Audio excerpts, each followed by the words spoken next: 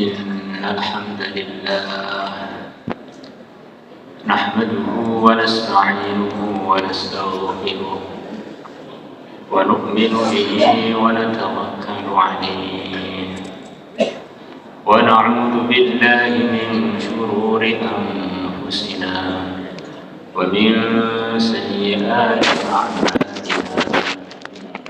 من يهده الله فلا مضل له ومن يضلله فلا هادي له أشهد أن لا إله إلا الله وحده لا شريك له وأشهد أن سيدنا وسندنا ومولانا وحبيبنا محمدا عبده ورسوله لا نبي بعده اللهم صل وسلم على سيدنا محمد وعلى آله وأزواجه وذرياته وصحابه والتابعين والناصرين لدينه إلى يوم الدين أما بعد فقد قال في كتابه الكريم إن الذين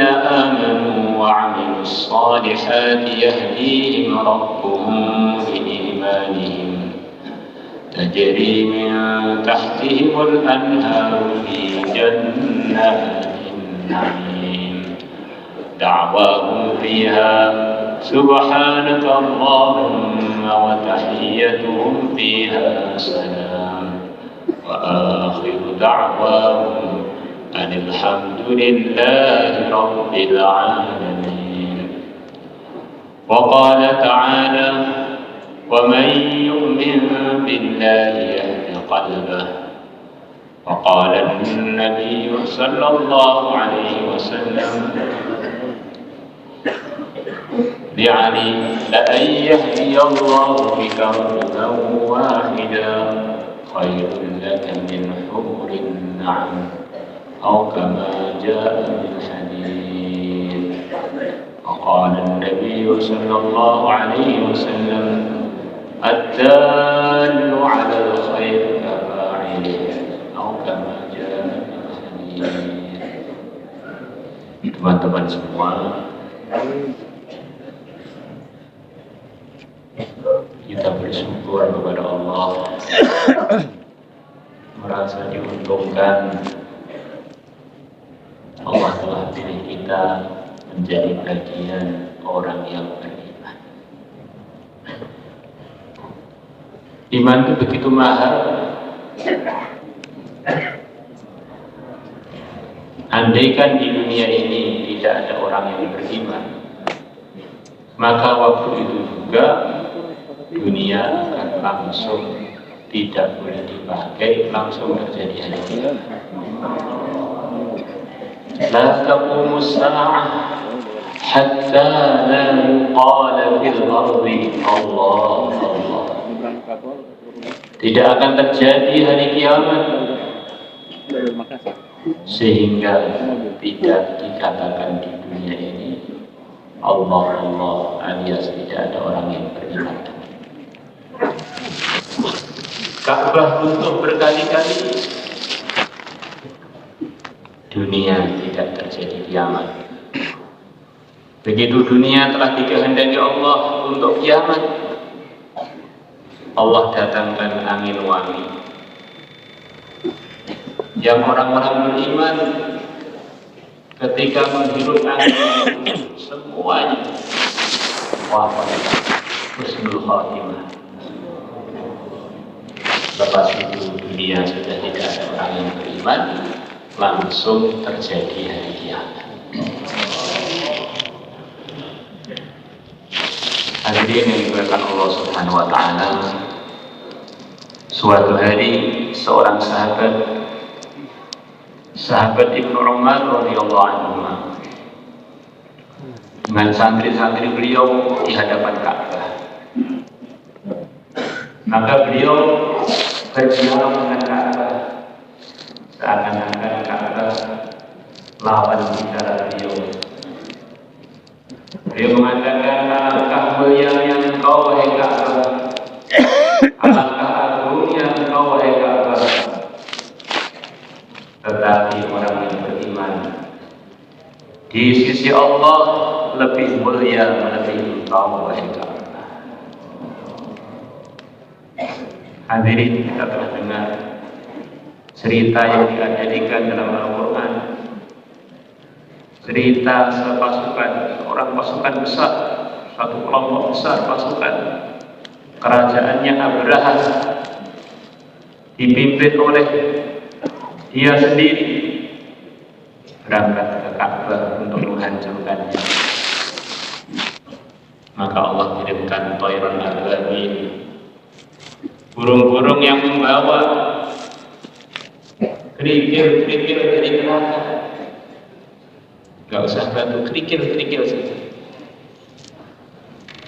Kerikil-kerikil tadi dijatuhkan kepada pasukan dan tunggangan-tunggangannya pasukan Abraham. Maka mereka hancur lebur dengan sebab kerikil-kerikil dari neraka. Ini kualat dengan Ka'bah. Nah, orang yang beriman, para hadirin, itu lebih bahaya kalau kita kualat dengan dia melebihi kita kualat dengan Ka'bah. Hadirin yang dimuliakan Allah Subhanahu wa taala. Andaikan ini seluruh orang beriman sudah wafat, tinggal satu saja, satu pun imannya paling lemah, kalau bayan ngantukan lagi. Orang iman yang satu ini dengan berkah iman dia akan menghalangi datangnya hari kiamat. Maka kita ini bersyukur jadi orang beriman dan memandang teman-teman kita beriman itu semuanya berjasa pada saya. Gak ada orang beriman yang gak berjasa pada saya, itu gak ada. Baik pun dia sempat mendoakan saya atau ngantuk aja gak sempat doakan, tetap dia berjasa pada saya. Orang beriman dengan berbagai tingkatan imannya adalah bagian dari walinya Allah. Allah tidak akan menitipkan kalimat syahadat kecuali kepada hamba-hambanya yang dikasih. Ini adalah kuncinya surga. Kuncinya surga tidak akan diberikan kecuali kepada bagian dari kekasihnya Allah. Walaupun mungkin derajatnya paling rendah, tapi dia adalah bagian dari anggota grup walinya Allah. Hadirin yang dimuliakan Allah Subhanahu wa taala. Ketika Allah telah berkehendak untuk mengirimkan Nabi Adam jadi khalifah di muka bumi ini, kata sebagian ulama, khalifah itu di antara artinya adalah hamba Allah yang ditugasi untuk mencontohi gimana hidup yang benar, yang diridhai oleh Allah. Hidup yang takwa, mengamalkan perintahnya, menjauhi larangan. Waktu itu kerajaan belum ada, manusianya baru 2 orang. Tetapi Nabi Adam telah digelari oleh Allah dengan gelar khalifah. Orang yang mengatur kehidupannya sesuai dengan prosedur yang diridhai Allah. Itulah hakikatnya yang dimaksud dengan khalifah. Walaupun dia hanya sendirian. Setiap dari kita ini adalah khalifah. Ngalifai siapa, Pak? Ngalifai mulai ujung kaki sampai ujung rambut kita. Kerajaan kita adalah diri kita masing-masing. Maka nanti di akhirat sana, orang yang beriman yang paling lemah imannya akan diberi surga untuk dia luasnya minimal 10 kali lipat dunia. Maka sebetulnya kita ini di sini ini bukan kumpulannya manusia biasa. Ini kumpulannya raja-raja besar di surga. Yang paling kecil kerajaannya 10 kali lipat dunia. Maka begitu tingginya harganya iman, begitu orang beriman sudah selesai dihisab, sudah selesai ditimbang amalnya, maka untuk menuju surga yang dianugerahkan kepada dia, dia harus keluar dari dunia ini melewati sirat, menuju planet lain untuk mendapatkan jatahnya surga masing-masing. Dunia begitu kecil, tidak cukup untuk membalas harganya imannya satu orang. Maka kalau orang beriman kemudian tergoda dengan dunia, sebetulnya ini merendahkan derajat. Wong ini presidennya 10 kali lipat dunia, lah kok keroyokan dunia yang akan dia tinggal ini terlalu rendah. Orang kaya raya keroyokan plastik, kresek, sampah. Ini namanya memalukan derajatnya yang telah dimuliakan yang begitu tinggi, kok malah tergoda dengan dunia. La ilaha illallah. Maka para malaikat mengatakan, ya Allah, apakah Engkau akan menjadikan di bumi ini orang yang akan buat kerusakan di dalamnya dan akan mengalirkan darah? Ataj'alu fiha man yusidu fiha wa yasfiku dima. Para malaikat, hamba-hamba Allah yang suci, yang Allah telah ciptakan mereka dari cahaya, mereka berfirasat, khalifah yang akan dikirim ke dunia ini punya banyak kelemahan. Di antara kelemahannya suka berbuat kerusakan, dan di antara kelemahannya suka berbuat pertengkaran sampai mengalirkan darah. Hadirin, kita ini sekarang sudah gede, bahkan sebagian sudah tua. Tapi sebetulnya kita ini dulu anak-anak kecil. Coba kita lihat anak-anak kecil, mungkin anak kita atau ponakan kita atau anaknya tetangga kita. Gimana anak kecil itu kadang-kadang kita lihat barang yang baik dirusak, tembok yang bersih dicoret-coret, teman yang nggak salah diludahi, diinjak. Itu sekarang anak-anak kecil itu dibesar-besar dan sekarang hadir di majelis ini, Pak. Yang kecil ataupun yang besar. Orang kalau beriman, kalau hadirin, Allah akan menerapkan di dirinya cahaya. Dengan sebab cahaya itu kalau dia berfirasat menjadi sering benar. Dan malaikat ini imannya sempurna. Allah ciptakan diri cahaya, terang benderang. Maka mereka berfirasat, manusia ini punya potensi berbuat kerusakan dan berbuat pertengkaran. Dalam ayat yang lain Allah Subhanahu wa taala berfirman bahwa manusia yang siap untuk menerima tanggung jawab sebagai khalifah ini punya kelemahan. Zaluman jahula, sering berbuat tidak tepat pada tempatnya, sering meletakkan sesuatu tidak tepat pada tempatnya, dan sering hidupnya ini ngawur tanpa ada landasan yang dia pikirkan kebenaran. Waktu ngaji ngantuk, waktu ngopi melek. Istrinya nggak dilihat, padahal melihat istri itu berpahala. Istrinya tetangga dipelototi. Lalu jahula, banyak perkara telah dia lakukan, banyak perkara telah dia putuskan, tapi dia sebetulnya nggak tahu yang dia lakukan itu benar apa tidak. Pokoknya asal begitu saja berarti. Masya Allah. Jahul. Yang penting enaknya, bukan yang penting baiknya. Enaknya piye, sing penting enaknya piye. Hadirin yang dimuliakan Allah Subhanahu wa taala. Manusia punya kelemahan lagi. Innan nafsa la'ammaratun bisu.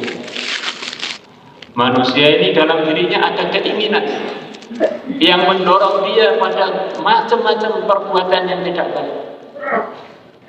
Maka ulama-ulama soleh dulu kalau mau makan sesuatu yang dohirnya halal-halal saja, kok semangat makannya ini melebihi hari-hari biasanya, langsung nggak berani makan. Ini kok nafsu saya semangat sekali. Ini jangan-jangan nggak benar, karena Allah telah berfirman, innan nafsa ma'ammaratun bisu'. Maka diurus-urus biasanya memang nggak benar, ternyata makanan ini kurang bersih, makanan ini kurang halal. Maka kalau kita makan kurang selera dan makanannya halal, justru itu biasanya baik para hadirin. La ilaha illallah. Manusia punya kelemahan lagi, di samping suka menempatkan sesuatu tidak pada tempatnya, kafar, suka tidak mensyukuri perkara yang menguntungkan dia. Yang menguntungkan dianggap tidak menguntungkan, yang tidak menguntungkan malah dicari-cari. Dunia yang sementara waktunya dihabiskan untuk itu, begitu sudah capek pergi ke masjid tinggal ngantuknya saja. Begitu takbir tiba-tiba sudah sampai salam nggak tahu berapa rakaat apa bacaannya. Kafar. Ini potensi-potensi yang menyebabkan manusia bisa nyeleweng di dalam kehidupannya. Hadirin yang dilakukan Allah Subhanahu wa taala, maka manusia yang penuh kelemahan ini akan diberi tugas begitu besar untuk mengamalkan agama di bumi yang sementara ini. Kata para ulama, usia dunia dengan usia manusia itu berbeda. Ketika Allah berfirman mau ngirim khalifah di muka bumi, buminya sudah ada, tetapi khalifahnya belum ada. Maka bisa saja secara penelitian dunia ini umurnya 1000 tahun, jutaan tahun mungkin saja. Tetapi kalau manusianya, banyak ulama membedakan antara umurnya manusia dengan umurnya dunia. Nasabnya Nabi kita sampai Nabi Adam tidak terlalu jauh. Dalam beberapa isyarat hadis riwayat Abu Dawud kurang lebih umurnya manusia mulai Nabi Adam sampai nanti terjadinya kehancuran dunia kurang lebih hanya 7.000 tahunan saja.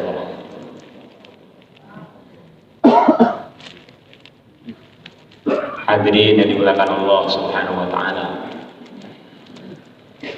maka manusia yang penuh kelemahan ini harus punya panutan di dalam kehidupannya, yaitu selamat dari macam-macam kelemahan-kelemahan, kekurangan-kekurangan yang selalu menyertai jasadnya. Maka Allah turunkan pertama kali manusia di dunia ini, Allah kirimkan seorang nabi yang dalam bahasa kita nabi itu adalah orang yang dibimbing langsung oleh wahyunya Allah untuk jadi contoh bagaimana hidup yang benar atas bimbingan Allah. Kakek kita semuanya Nabi Adam alaihi salatu wassalam. Manusia kok pengen benar, ikutlah para nabi, para rasul. Kalau nggak ikut para nabi, para rasul, mesti dia akan terjerumus pada salah satu kelemahannya yang sebagian telah disebutkan. Hidup zalim, hidup ngawur, tidak bersyukur, ikut nafsu, ikut setan, berbuat kerusakan ataupun berbuat pertengkaran. Itulah yang akan menghantui kehidupan manusia kalau dia tidak ikut arahan agama yang telah dibawa oleh para nabi dan para rasul. Ringkasnya cerita para hadirin, pertama kali manusia yang nyeleweng dunia ini adalah Qabil, putranya Nabi Adam alaihissalatu wassalam, karena dia tidak ikut arahan ayahnya.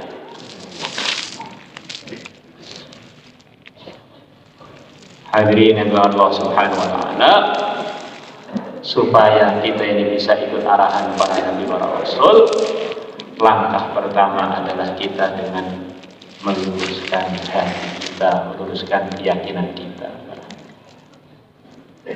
Hati itu adalah rajanya seluruh tubuh. Kalau hati itu benar, maka dia akan menggerakkan anggotanya menuju kebenaran dan istiqomah dalam kebenaran. Allah berfirman, "Wa may yu'min billah yahdi qalbah." Siapa yang beriman dengan Allah, maka Allah akan datangkan hidayah pada hatinya.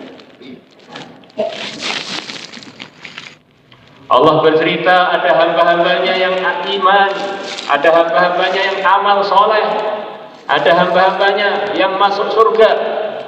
Allah berfirman, ini semua sebabnya karena keyakinan yang ada pada diri mereka.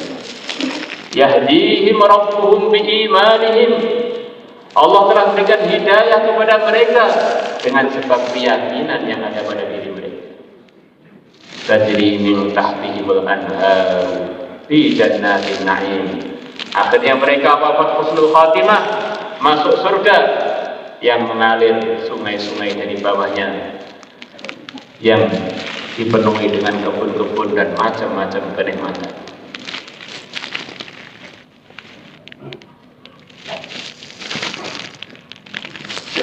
Hadirin yang dimuliakan Allah Subhanahu wa taala, iman itu adalah yang pertama dan yang utama untuk membimbing kita dalam hidayah, untuk membimbing kita untuk jadi khalifah yang sukses, menjadi petugas yang mengamalkan agama dengan sebenar-benarnya sesuai dengan yang diridhai oleh Allah. Pertama kali adalah beriman kepada Allah. Kita yakini dengan seyakin-yakinnya bahwa selain Allah itu dulunya pernah tidak ada. Sebagaimana dalam hadisnya Imran bin Husain, diriwayatkan oleh beliau dari yang mulia Nabi besar Muhammad sallallahu alaihi wasallam, kana Allah wa lam yakun syai'un ghairuhu. Yang ada hanya Allah dan waktu itu selain Allah tidak ada. Selain Allah termasuk kita, termasuk dunia, termasuk alam semesta. Semuanya itu dulu gak ada. Begitu Allah berkehendak menciptakannya, maka ada. Maka selain Allah adalah ciptaannya Allah. Selain Allah dimiliki oleh Allah. Selain Allah diatur dan ditentukan oleh Allah. La ilaha illallah. Yang datangkan manfaat dan mudarat hanya Allah. Yang datangkan rezeki hanya Allah. Sebagaimana kita ini dulu gak ada, tidak bisa buat apapun, maka selepas ada tanpa Allah tidak bisa buat apa. Selepas diberi oleh Allah, yang mampu juga hanya Allah. Kita ini hanya diberi, juga gak mampu apa-apa tanpa Allah. Bukan kok selepas diberi kita mandiri mampu, tidak. Tetap saja gak mampu. Yang mampu adalah yang memberi saja, yaitu Allah. Kalau selepas diberi mampu mandiri, ketika kita mandiri itu yang ngatur kita siapa? Kita nafikan usaha kita, nafikan diri kita, ini semuanya yang ngatur hanyalah Allah hakikat. La ilaha illallah. Orang itu belum sampai hakikatnya iman sebelum dia melihat seluruh makhluk seperti boneka-boneka yang ditali dengan benang-benang gaib, ditali oleh kudrah dan iradahnya Allah. Dia bisa bergerak, bisa diam, bisa memutuskan. Ini yang mengkehendaki hakikatnya Allah. Maka kalau orang itu imannya benar, para hadirin, dia ini punya sikap-sikap yang begitu mulia dengan sebab mutiara iman yang ada dalam hati. Mudah memaafkan. Kalau yang memiliki Allah dan yang memiliki menyukai kalau saya memaafkan, kenapa saya tidak memiliki apa-apa? Sok-sokan gak mau memaafkan, memang saya ini punya apa? Nah, Kita berbuat baik juga tidak merasa berjasa apapun. Saya ini nggak mampu apa-apa, ada pun tidak. Ini semuanya andaikan ada yang baik dipuji. Yang nggak dipuji adalah yang memilikinya, yaitu Allah. Ada makhluk-makhluk mencemooh dia. Asalkan Allah ridho, makhluk-makhluk itu hanyalah boneka-boneka. Saya tidak perlu terkesan dengan mereka. Waktu suka ingat Allah, waktu duka ingat Allah. Barang siapa waktu suka dapat macam-macam kenikmatan, dia ingat Allah dan menisbatkan kenikmatan itu kepada Allah, maka Allah akan awetkan dan akan kekalkan nikmat tersebut.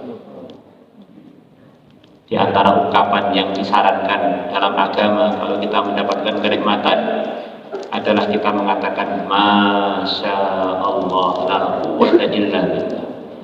Ini perkara yang menyenangkan ini adalah dari kehendak Allah. Tidak ada kekuatan tanpa Allah, bukan karena usaha saya, ini murni dari Allah. Maka Allah suka hambanya ketika diberi nikmat, tidak menisbatkan, tidak merasa nikmat itu dari dirinya, tapi nikmat itu murni dari Allah, bukan dari usahanya, bukan dari temannya, tapi ini murni hakikatnya dari Allah. Masya Allah la quwwata illa billah. Maka orang-orang soleh di negeri IPB menyarankan kalau orang punya mobil baru, punya rumah baru, atau waktu walimahan dengan istri baru, supaya ditulis di tempat-tempat itu Masya Allah la quwwata illa billah. Harapannya nikmat ini dinisbatkan kepada Allah, akhirnya Allah ridha dan mengekalkan nikmat tersebut. Waktu suka ingat Allah, waktu duka juga ingat kepada Allah. Kalau orang waktu susah kok ingat Allah, Allah akan datangkan pertolongannya kepada hambanya. Walaupun masalahnya segunung, kalau Allah sudah tolong akan selesai masalah. Tapi sebaliknya, walaupun masalah itu kecil, kalau orang menghadapinya tanpa ingat kepada Allah, maka dari yang kecil itu akan timbul masalah lagi, tidak ada solusinya, tidak ada ujung, tidak ada akhir. Abul Hasan Asy'ari rahimahullah beliau mengatakan, coba perhatikan kalian orang-orang beriman. Kalau kena masalah kemudian gak selesai-selesai, nanti kan sebetulnya ketika kita pertama menghadapi masalah itu lupa kepada Allah. Nabi Musa dan Bani Israel dalam masalah besar, belakang mereka Fir'aun yang menangkap dan membunuh, depannya lautan.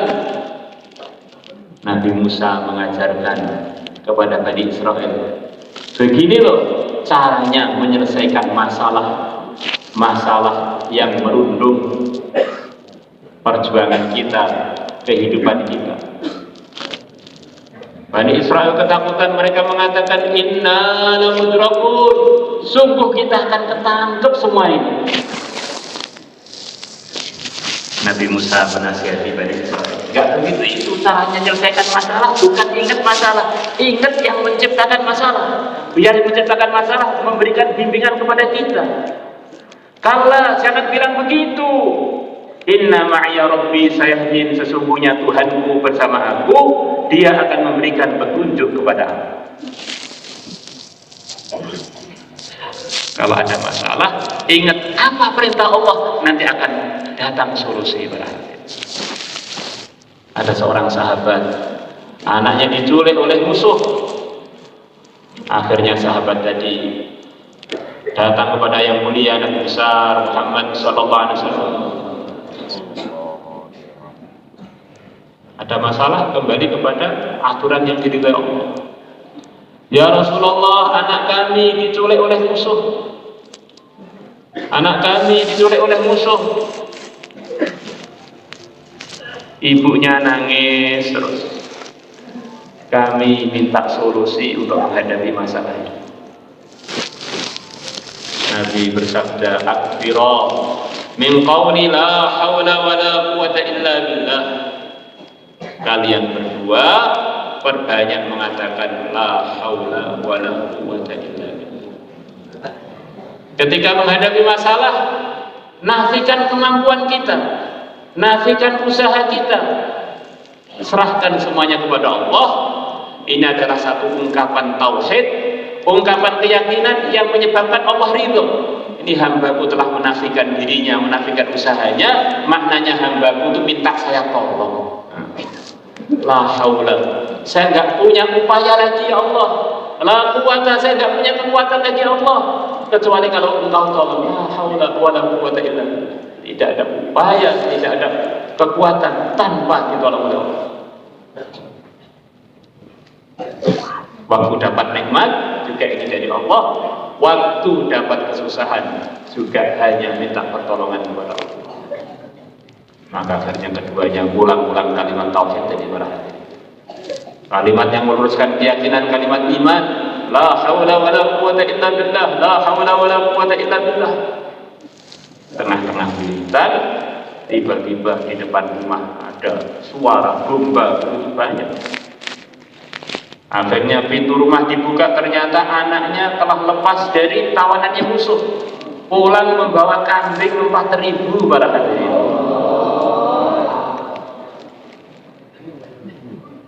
Ini guyonannya sebagian ulama, wirid dadi duit. Kadang-kadang orang ini bilang pada temannya atau bilang pada kita, wiritan kok makan opo. Maka kita perlu menjawab, semua orang bisa makan di dunia ini karena gara-gara masih ada yang wiritan la ilaha illallah. Kalau sudah nggak ada itu, semuanya nggak bisa makan, semuanya nggak bisa minum.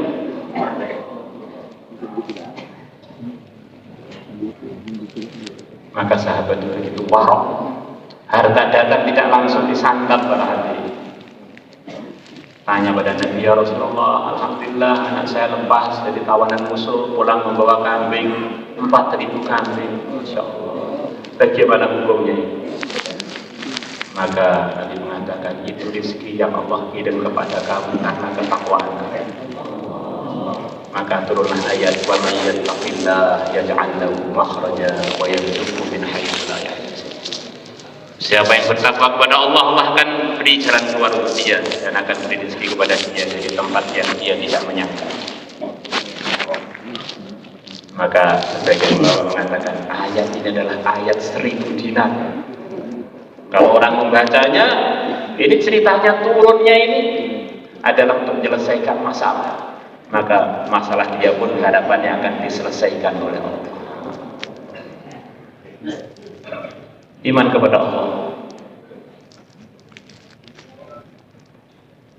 Kita meyakini dengan 100% selain Allah itu sama sekali tidak bisa berbuat apa-apa, bahkan tidak ada.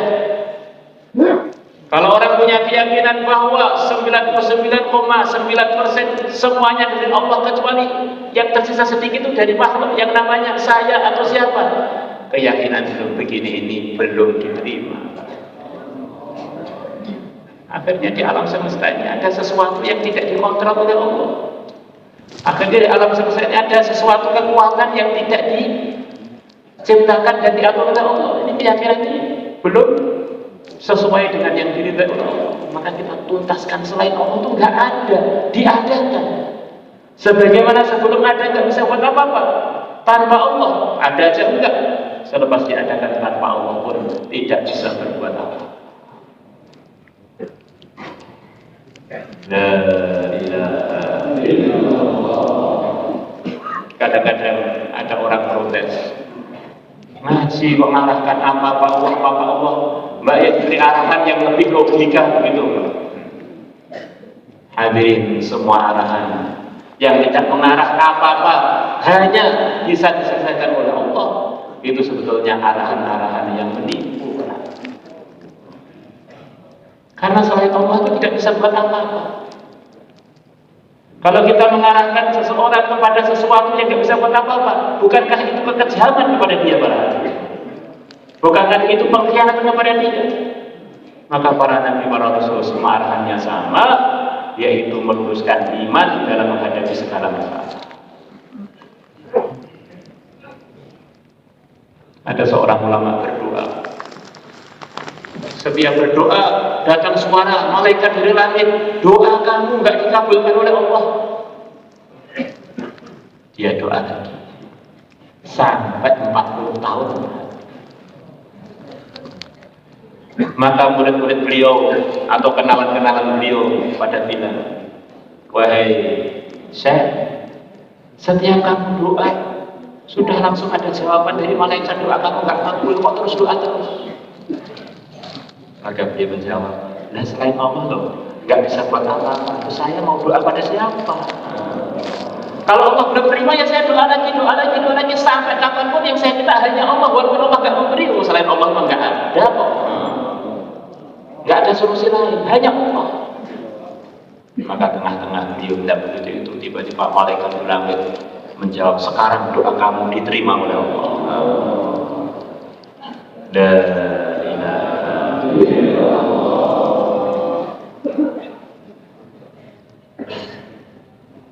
Tuntutan iman kepada Allah para hadirin, kita melihat segala makhluknya Allah dengan mengingati apa perintah Allah kepada makhluk-makhluk yang saya lihat itu, yang saya sedang berhadapan dengan dia, yang saya sedang melihat dia, yang saya sedang memikirkan dia. Ini semuanya miliknya Allah. Apa yang diridhai Allah, itulah yang akan saya kerjakan kepada makhluknya. Apa yang menyebabkan Allah murka, maka itulah yang akan saya jauh. Itulah diantara tuntutan iman kepada Allah. Maka kalau orang beriman kepada Allah, para hadirin, akan menjadi orang yang paling mulia akhlaknya, orang yang paling baik pergaulannya, orang yang paling baik dan paling hati-hati keputusannya. Syekh Abdul Wahab As-Sa'rani rahimahullah, beliau mengatakan, setiap kamu mau nyuruh makhluknya Allah, walaupun untuk istri kamu, atau siapa saja pembantu kamu, atau bahkan budak kamu, pertama kali yakini itu adalah milik Allah. Maka kalau kamu mau buat apa pada dia, minta izin dulu kepada Allah. Kira-kira kalau minta izin, Allah ridho apa tidak kamu akan berbuat begitu itu pada makhluknya Allah yang bernama ini dan bernama itu. Umpamanya kita ini pulang lihat istri kita pada hati, maka pertama kali kita yakini itu adalah miliknya Allah. Saya akan menyuruh istri saya buatkan kopi, ini miliknya Allah. Saya minta izin dulu kepada Allah. Ya Allah, istriku adalah milik kamu, hambamu, makhlukmu. Saya minta izin untuk nyuruh dia buat kopi. Selepas minta izin kepada Allah, maka kita bilang pada istri kita, istriku buatkan kopi untuk aku. Maka kalau kita ini pada setiap makhluk sikapnya begitu itu, kita akan benar otak kita para hadirin. Yahdihim rabbuhum biimanihim. Allah akan memberikan hidayah, Allah berikan hidayah kepada mereka dengan sebab keyakinan yang ada pada diri mereka. Akhirnya umpamanya kita dimarahi oleh makhluknya Allah, oleh tetangga kita, oleh kenalan kita, Masya Allah, ini makhluknya Allah. Yang gerakkan dia adalah Allah. Dia bisa mencemooh saya karena digerakkan oleh Allah. Saya minta izin kepada Allah, ya Allah saya ganti mencemooh, kira-kira bagaimana? Kalau Allah nggak gitu, kita nggak berani mencemooh dia, Pak.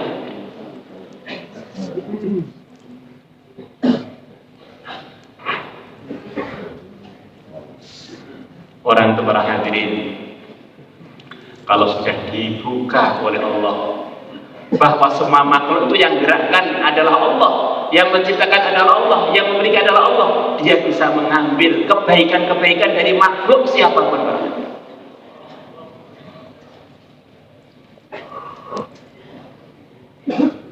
Kalau makhluknya Fir'aun bagaimana Pak? Ya, dia bisa mengambil hikmah dari Fir'aun. Fir'aun yang begitu kejam para hadirin,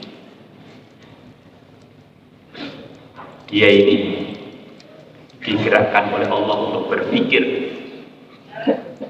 meningkatkan pertaniannya grup dia, orang-orang Kipti. Akhirnya dia buat irigasi yang sampai sekarang masih mengalir para hadirin untuk memakmurkan rakyatnya. Akhirnya rakyatnya menjadi kaya raya, panen dengan tanpa perlu banyak biaya karena aliran air dari Sungai Nil mengalir ke ladang-ladang mereka. Maka menteri-menterinya Fir'aun pada usul, Fir'aun, ini sekarang rakyat sudah kaya raya, bagaimana kalau kita tarik pajak dari mereka? Maka Fir'aun bilang, saya ini sudah terlanjur ngaku Tuhan. Tuhan itu pantasnya memberi, gak boleh minta.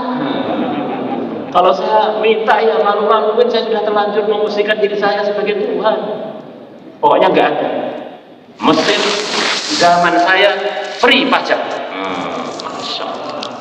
Fir'aun luar biasa. Akhirnya walaupun sesat ngaku Tuhan, rakyatnya cintanya pada dia luar biasa. La ilaha illallah. Hadirin yang dimuliakan Allah Subhanahu wa taala. Suatu hari ada orang soleh. Dia ini sedang pilot, bangkrut. Maka dia jalan untuk melegakan kegundahan hatinya, gak lega-lega. Di tengah jalan dia ketemu dengan orang edan para hadirin.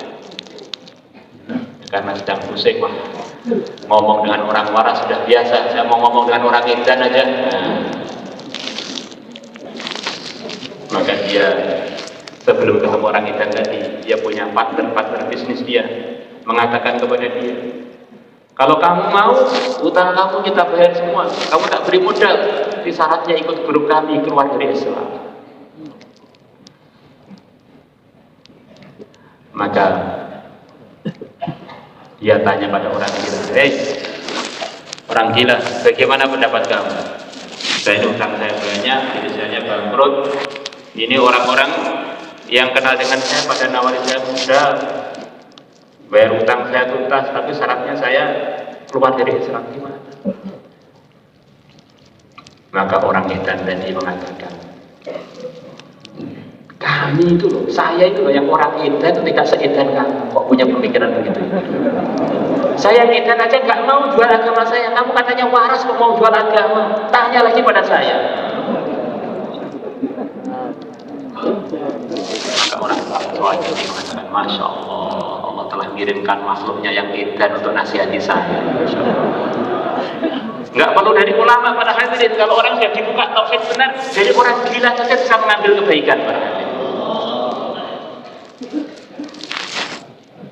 Setiap kita ketemu makhluk, kita mau interaksi dengan makhluk itu, kita minta izin kepada Allah. Ya Allah, kita izin istri saya mau tak ajak ngeluyur ke tempat yang gak baik, mesti kita gak akan berani minta izin. Akhirnya kita jadi lurus. Saya mau bisnis begini, ya Allah minta izin. Akhirnya kita gak berani karena itu tidak diridhoi oleh Allah. Akhirnya hidupnya ada kontrolnya dengan sebab iman yang membimbing. Hadirin yang dimuliakan Allah Subhanahu wa taala. Kemudian yang kedua adalah iman kepada utusan-utusannya Allah. Iman kepada yang mulia Nabi besar Muhammad sallallahu alaihi wasallam. Dengan keyakinan untuk menuju ridhonya Allah, untuk menuju perbaikan hubungan dengan Allah, jalannya hanya satu, yaitu ikut yang mulia Nabi besar Muhammad SAW. Ikut Rasulullah berarti taat kepada Allah. Taat kepada Allah, sukses akhirat dan sukses dunia. Ikut Rasulullah, yuhibbukumullah wa yaghfir lakum dzunubakum. Akan datang kecintaan dari Allah dan akan diampuni dosa oleh Allah. Kalau orang sudah dicintai Allah, diampuni dosanya oleh Allah, sudah jalan tol menuju surganya Allah.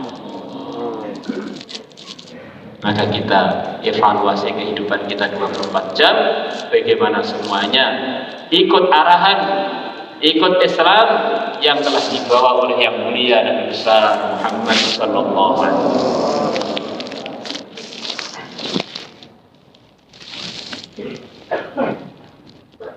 Hadirin yang dimuliakan Allah Subhanahu wa taala. Nabi kita Nabi besar Muhammad SAW bersabda kurang lebihnya, akan datang ujian kepada umatku, akhirnya mereka berkelompok-kelompok sampai menjadi 73 kelompok. Semuanya tidak selamat di dalam menyelamatkan dirinya dari api neraka kecuali satu golongan saja. Siapa mereka ya Rasulullah? Mereka adalah yang mengikuti aku melalui sahabat-sahabatku, au kama jaa fil hadits. Maka mengikuti arahan Nabi itu ada standarnya para hadirin. Standarnya adalah harus melalui sahabat-sahabat Nabi kita radhiyallahu taala anhum ajmain. Ikut Nabi tanpa melalui sahabat, nanti ujung-ujungnya akan keliru. Maka kita hari-hari mudzakarah sifatnya para sahabat, biar ada sedikit gambaran. Kalau ingin ikut sahabat, membetulkan iman kepada Allah, kepada Rasulullah, membetulkan sholat, suka ngaji, suka wiridan, akhlak yang baik kepada orang Islam, semuanya dikerjakan dengan ikhlas. Kemudian kita perjuangkan perkara yang begitu pentingnya tadi yang telah disebutkan barusan. Para ulama sepakat bahwa kalau orang itu ikut salah satu imam yang menjadi contoh dalam amal agama, maka dia bagian dari yang mengikuti Nabi melalui prosedur yang benar, melalui sahabatnya yang mulia dan besar Muhammad SAW, yaitu ikut al-Imam Syafi'i, atau ikut al-Imam Malik, atau ikut al-Imam Ahmad, atau ikut al-Imam Abu Hanifah. Ini adalah satu lembaga yang kredibel, yang akurat di dalam menjadi bagian dari orang yang mengamalkan Islam dengan benar, orang yang mengamalkan Islam sesuai dengan yang dulu dibawa oleh yang mulia dan besar Muhammad SAW.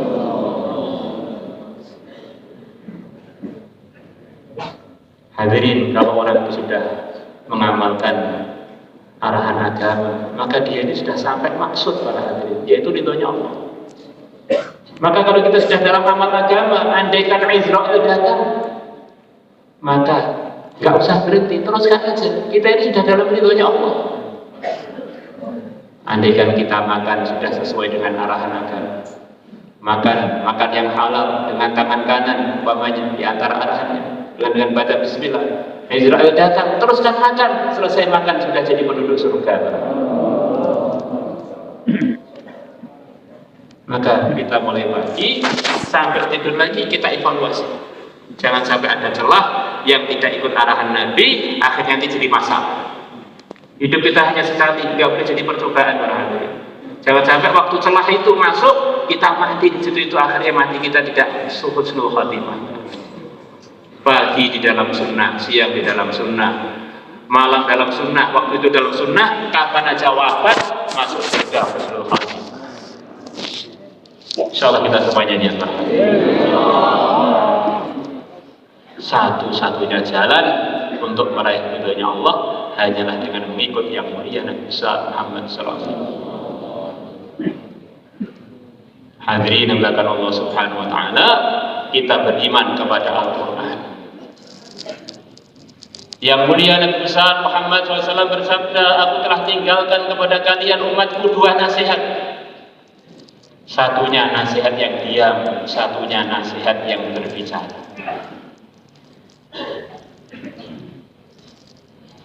Nasihat yang diam adalah kematian. Kita ini sesibuk apapun, setinggi apapun pangkatnya, derajatnya, atau serendah apapun, kita semuanya ini adalah calon-calon jenazah yang pasti. Kalau kita melihat jenazah dipanggul, yakinilah kita juga akan menyusul. Wa idza ra'aita janazatan mahmulatan fa'lam annaka min ba'daha mahmulu. Kalau kamu lihat jenazah dipanggul, yakinilah bahwa selepas dia, kamu pun nyusul akan dipanggul juga menuju kubur kamu. Maka ini nasihat. tetangga kita mati, ayah ibu kita juga banyak yang sudah wafat, bahkan sebagian anak kita mungkin juga sudah wafat. Kita ini anaknya orang-orang wafat, kita harus jujur, sebentar lagi kita juga akan wafat. Di antara Nabi, "Uddu anfusakum minal mauta." Rasakan diri kalian itu adalah bagian dari orang yang telah wafat. Kita rasakan diri kita ini sekarang di kuburan. Melihat orang-orang sedang duduk, dibayar, dapat pahala, dapat rahmat, dapat para malaikat datang ikut serta di dalam majelis kebaikan. Alangkah untungnya orang yang hadir di majelis-majelis kebaikan. Andaikan saya ikut duduk waktu di dunia dulu, alangkah untungnya saya. Alhamdulillah sekarang saya masih di dunia, maka akan selalu saya istiqomahkan untuk duduk-duduk di majelis-majelis mudzakarah iman yakin, mudzakarah amal. Insyaallah semuanya niat berhati-hati. Rasakan diri kita sekarang di kuburan. Melihat orang puasa, berapa banyak pahalanya orang puasa. Andaikan saya dulu masih hidup di dunia, saya akan banyak puasa, banyak puasa, banyak puasa. Alhamdulillah ternyata saya masih di dunia. Sekarang juga saya akan memperbanyak puasa sunnah. Orang itu banyak lalai, banyak nyunda amal karena perasaannya matinya masih kapan-kapan. Maka Nabi kita menyarankan kita, gak usah nunggu mati sudah dekat. Rasakan kamu sudah mati, sekarang kamu lihat dunia dari alam mati barangkali.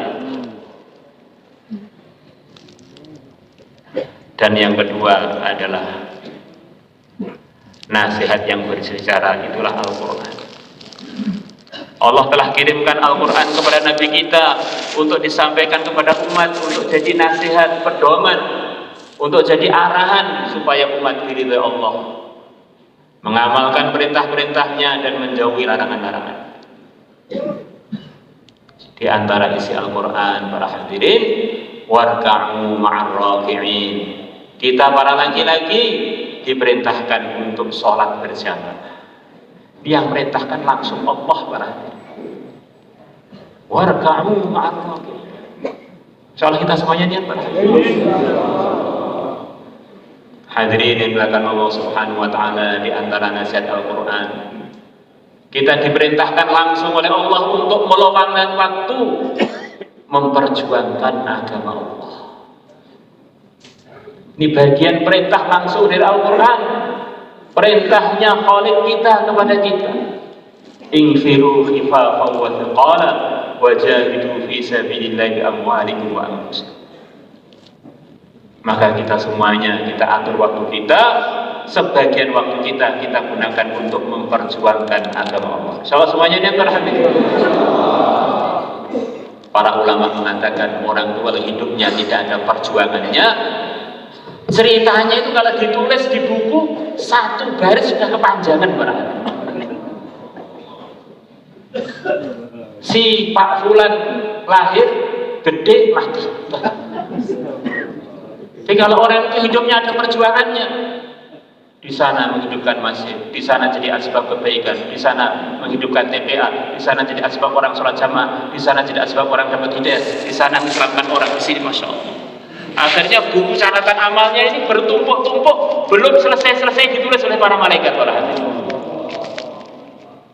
Semua kebaikan yang kita lihat di dunia ini, termasuk yang andil terbesar adalah para pejuang-pejuang agama.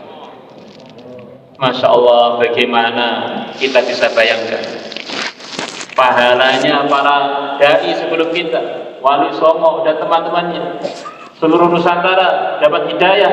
Asbab terbesarnya beliau-beliaunya. Beliau sudah dikubur, dapat kiriman dari seluruh Nusantara. Adanya masjid, adanya orang hafid Quran, hafidh, adanya orang Islam, adanya orang yang memikirkan agama. Masya Allah. Suatu hari yang mulia dan besar Muhammad Sallallahu Alaihi Wasallam, beliau nasihati sahabat-sahabat yang baru, supaya hormat kepada sahabat-sahabat yang lebih senior. Beliau mengatakan kurang lebihnya, kalian sahabat-sahabat baru ini jangan mencaci sahabat lama. Andaikan kalian yang baru-baru ini infak sebesar gunung Uhud, berupa emas. Infaknya bukan infak biasa-biasa, sebesar gunung Uhud semuanya emas. Infak kalian yang begitu besar ini tidak akan sampai pahalanya senior-senior kalian yang hanya infak 1 mud saja. 1 mud itu ada 600 gram berarti. Atau bahkan separuh mud, yaitu 300 gram. Karena yang junior-junior ini adalah hasil amalannya yang senior-senior. Begitu yang junior dia meningkat, begitu pahalanya yang lebih lama juga meningkat, maka akhirnya nggak bisa dilalui dan bisa didahului oleh orang-orang yang bawahnya berarti.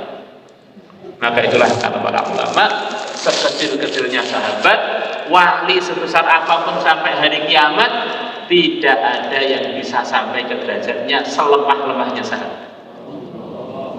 Karena semua kebaikan selepas sahabat itu para hadirin asbabnya adalah para sahabat. Dan sahabat ini keyakinan kita pada beliau-beliaunya berbeda dengan keyakinan kita kepada selepas beliau-beliaunya. Kalau sahabat ini kita wajib yakin beliau-beliau memang resmi sudah jadi wali Allah, telah diridhoi oleh Allah. Jadi kalau selepas sahabat, sehebat apapun orang, maksimalnya kita husnudzon yang maksimal. Kalau orang sudah setakwa ini, orang yang soleh ini, kalau dia tidak diridhoi Allah, siapa lagi yang diridhoi oleh Allah? Jadi kalau sahabat bukan siapa lagi, memang sudah diputuskan Allah ridho kepada mereka. La ilaha illallah. Di antara nasihatnya Quran para hadirin, wala muttakhidhi ahdan, langsung dari Allah, para laki-laki tidak boleh pacaran. Wala muttakhidhati ahdan, para perempuan tidak boleh pacaran. Pacaran dibahas dalam Al-Quran langsung berarti. Di maknanya termasuk ujiannya manusia itu suka pacaran, nggak suka nikah berarti.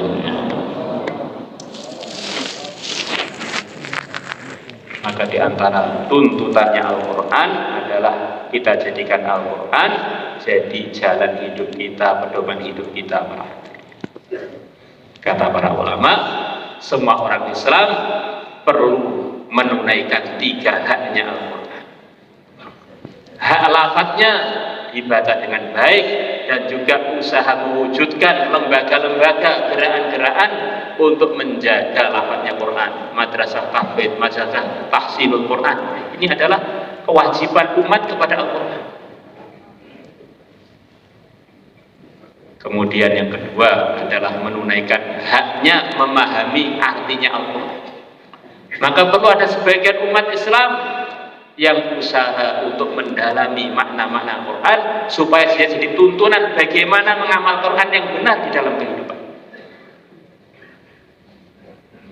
Targetnya setiap rumah ada hafidz Qurannya dan ada alimnya. Biar ada contoh baca Quran yang benar dan ada contoh mengamalkan Quran yang benar. Kemudian yang ketiga, bagaimana Al-Quran itu menjadi kehidupan, meyakini dan mendakwakannya dan mempraktekannya dalam kehidupan. Sayyidah Aisyah radhiyallahu taala anha ditanya, gimana sih hidupnya Nabi itu bagaimana? Maka beliau mengatakan, Nabi itu adalah Quran yang berjalan. Terang artinya itu. Karena khuluqul Quran, dulu perilakunya Nabi ya Quran itu. Mungkin terjemah mudahnya, beliau itu adalah Quran yang berjalan. Masya Allah. Hadirin yang dimuliakan Allah Subhanahu wa taala, iman kepada para malaikat. Kita yakini Allah itu menciptakan hamba-hambanya yang terbuat dari cahaya, yang tidak pernah berbuat maksiat, mereka lah malaikat. Yang di antara mereka ada yang bertugas untuk mencatat amalan-amalan kita. Maka kita rasakan kita ini di mana saja diawasi oleh malaikat. Tidak bisa lepas dari pengawasannya malaikat, dan semua yang diawasi di sana dan dilaporkan kepada Allah. Kita ini kalau ada kamera ngawasi kita jadi hati-hati, bisa sopan. Begitu kameranya nggak ada, kita jadi jelalatan. Masya Allah. Dan ini sebetulnya kita ini dikamera terus oleh langit para hadirin. Maka tuntutan iman dengan para malaikat, ada orang nggak ada orang tetap jadi orang benar para hadirin. Ada orang atau nggak ada orang tetap lurus karena kita ini terus dalam pengawasan dan pengawalan para hadirin. Masya Allah. Kiraman katibin ya'lamuna ma taf'alun. Ada malaikat-malaikat yang mulia yang ditugasi oleh Allah untuk mencatat amalan-amalannya manusia. Maka apa saja yang merusak hubungan kita dengan para malaikat, kita jauh. Yang menyakiti para malaikat, kita jauh. Yang kira-kira menyebabkan malaikat mencatat keburukan-keburukan kita, kita jauh. Insyaallah semuanya niat para iman dengan adanya hari akhir, hari kiamat. Bahwa semua yang kita kerjakan ini para hadirin, semua yang kita kerjakan ini semuanya ada tanggung jawabnya dan semuanya ada urusannya nanti di akhir. Omongan kita, keputusan kita, perilaku kita ini semuanya ada tanggung jawab. Maka amal apapun kita berpikir ini untuk akhirat saya merugikan atau untuk akhirat saya menguntungkan. Yang merugikan saya jauhi, yang menguntungkan akan saya lakukan. Yang berpahala itulah yang saya kerjakan, yang merugikan itulah yang saya jauhi. Itulah diantara tuntutan iman kepada hari akhir, iman kepada negeri akhirat. Hadirin yang dimuliakan Allah Subhanahu wa taala, yang terakhir adalah iman dengan takdir. Bahwa segalanya telah ditentukan oleh Allah dan ketentuan Allah itulah yang terbaik para hadirin. Walaupun otak kita kadang-kadang tidak sampai ke situ. Kata para ulama, rukun iman yang keenam yaitu yakin pada takdir ini adalah untuk mengobati stres. Karena orang itu usaha begitu, nanti suatu saat dalam kehidupannya mesti ada yang nggak berhasil para hadirin. Maka kalau dia iman kepada takdir, akhirnya dia bisa plong, tidak jadi stres, husnuzon, bahkan yakin apa yang diputuskan Allah itulah yang terbaik para hadirin. Hadirin yang dimuliakan Allah Subhanahu wa taala, kita punya orang tua yang menurut kita soleh, banyak jasanya kepada kita. Kemudian ada orang yang mencemooh dia, tentu kita akan marah, bahkan kalau perlu kita berani berkelahi dengan dia. Hadirin, kita punya seorang guru yang kita anggap atau bahkan kita yakini dia adalah seorang walinya Allah. Ada orang mencemooh dia, kita berani bacok-bacokan gara-gara guru kita. Hadirin dengan Allah, kita punya panutan yaitu Imam Syafi'i. Kalau ada orang menghina beliau, wah marah kita, lebih parah lagi. Kita punya panutan para sahabat. Kalau ada orang mencaci sahabat, oh kita marahnya lebih lagi marah. Yang mulia Nabi besar Muhammad SAW, kalau kita dengar dicemooh, marah kita sudah enggak kepalang para hadirin, sudah enggak bisa diukur lagi. Pokoknya apapun risiko akan saya terjang demi membela kehormatan yang mulia Nabi besar Muhammad SAW. Ini orang-orang hebat, orang-orang soleh tadi adalah ciptaannya Allah. Suudzon pada beliau-beliaunya kita anggap sangat buruk. Bagaimana kalau kita berburuk sangka kepada Allah? Tentu itu adalah kelancangan yang selancang-lancangnya para hadirin. Suudzon pada makhluk-makhluk yang mulia menyebabkan Allah murka. Bagaimana kalau kita buruk sangka kepada Allah? Apa yang ditakdir Allah itulah yang terbaik, tetapi kadang-kadang otak kita tidak sampai. Suatu hari telah datang seorang sahabiah kepada yang mulia Nabi besar Muhammad SAW. Beliau bertanya, ya Rasulullah, bagaimana nasib anak-anak saya yang wafat tanpa iman? Maka Nabi kita menjawab, mereka di neraka. Maka wanita tadi sedih dan menangis. Nabi kita mentarget dia, andaikan kamu tahu siapa sebenarnya anak kamu yang belum beriman dan telah wafat tadi, tentu kamu akan sangat ridho dengan apa yang diputuskan oleh Allah. Memang anak kamu itu yang cocoknya di neraka itu. Maka Mullah Atiqori memberikan ulasan, seorang ulama besar yang sering disebutkan dalam Fadilah Amal Syekh Zakaria, seorang ulama besar di zamannya. Beliau mengatakan bahwa dirinya manusia ini, nurnya manusia, keluar dua hal minimalnya. Dalam dirinya manusia ini keluar banyak hal, di antaranya dua hal. Yang keluar dari tempat yang sama. Satunya namanya benih anak kita. Begitu jadi anak, kita sayang, kita cium, kita banggakan, ini anak saya, ini penerus saya, ini jagoan saya. Kemudian yang kedua adalah kencing pada hati, keluar dari tempat yang sama. Maka semua manusia yang waras, bahkan orang yang kurang waras pun sepakat bahwa namanya air kotor itu kencing adalah dibuang di WC, bukan dirawat kemudian dimasukkan toples, dimasukkan ke kamar kita. Semuanya sepakat bahwa namanya kotoran itu walaupun keluar dari badan kita itu bukan ranah kita, itu kotoran diri kita, harus kita buang. Surga adalah tempat yang suci, tempat yang wangi. Maka orang-orang yang belum beriman, para hadirin, ini belum mendapat sertifikat untuk ini, para hadirin. Maka kalau dia dimasukkan surga, tidak pantas, malah memesingi surga, para hadirin, menyebabkan surga baunya gak enak. Maka kalau orang memang takdirnya wafat tanpa iman, memang cocoknya dia di neraka. Ini salah satu gambaran bagaimana kita husnuzon pada takdirnya Allah. Maka nanti ketika Allah telah putuskan yang di neraka, yang di surga, yang penduduk neraka dan penduduk surga mengatakan kata-kata yang sama. Wa qila alhamdulillahirabbil alamin, semuanya muji Allah, segala puji bagi Allah. Yang di neraka juga sudah tahu diri, memang kami itu kalau masuk surga enggak pantas. Yang di surga juga tahu diri, kami cuma punya mutu ya, mutiara iman, dimasukkan neraka selamanya enggak pantas, mesti suatu saat kita akan masuk ke surga. Hadirin yang dilakukan Allah Subhanahu wa taala, inilah sumber hidayah pertama kali adalah iman ini, para. Dan tentang rukun iman ini harus kita bawa kapan aja, para. Kalau wiridan mungkin kita kadang wiridan kadang tidak. Jadi kalau iman 24 jam harus kita bawa terus, para. Ada 1 menit bahkan kurang dari itu kita nggak bawa iman, para hadirin, kita wafat naudzubillah kekal abadi di neraka. Maka rukun iman namanya harus selalu kita bawa supaya kita ini selalu dalam hidayah. Insyaallah semuanya niat, para hadirin.